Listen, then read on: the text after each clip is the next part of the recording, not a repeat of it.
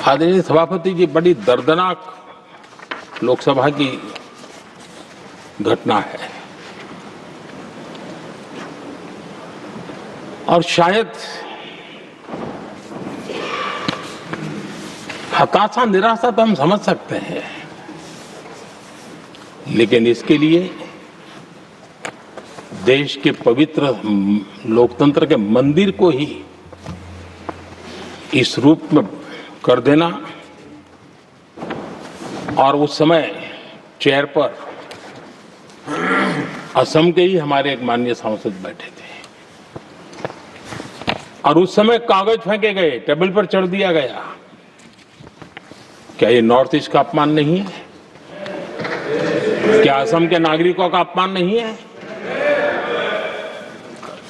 कल फिर दोबारा किया उन्होंने, और उस समय आंध्र के दलित परिवार का बेटा चेयर पर बैठा था, उसको भी अपमानित किया।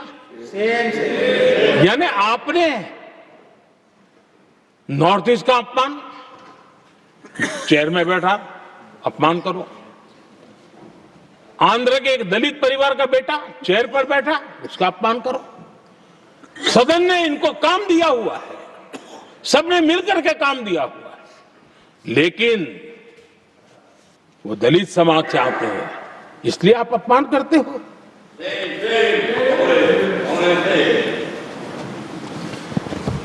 और ऐसा लगता है कांग्रेस के लोगों को असम की जनता के प्रति बड़ी नफरत है। उनको लगता है कि उसकी जनता ने उनका साथ छोड़ दिया, मतलब उनके दुश्मन हो गए। क्या कभी लोकतंत्र में ऐसे सोचते हैं क्या? मुझे तो तब बहुत पीड़ा हुई थी जब भारत रत्न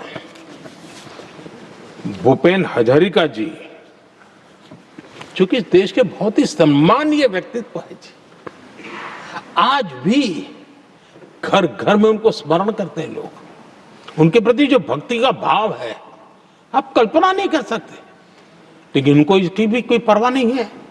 और जिस प्रकार से, और हमारा सौभाग्य था कि हमने भूपेन हजारिका जी के देश के लिए जो उनका योगदान था, नॉर्थ ईस्ट जैसे इलाके से पूरे देश को अपने वाणी से, अपने विचारों से, अपनी अभिव्यक्ति से बांध के रखा था। हमने भारत रत्न देने का निर्णय किया, इस पर भी इनको ऐतराज। और मैं तो हैरान हूं, खड़गे जी अगर होते तो मैं उनकी हाजिरी में कहता ही है, इन्होंने जिस प्रकार से बोला ना भारत रत्न के बाद, वो वीडियो पर उनका चेहरा देखेंगे ना, आपको लगा रहे ये ऐसे लोग हैं, ऐसा व्यवहार करते हैं। और ये कहा, अरे ये तो सिंगर थे। मैं समझता हूं कि एक किसी का भी अपमान करने में कभी भी पीछे नहीं रहते हैं। उन्होंने भूपेन हजारिका जी को भारत रत्न दिया, उसका भी विरोध किया।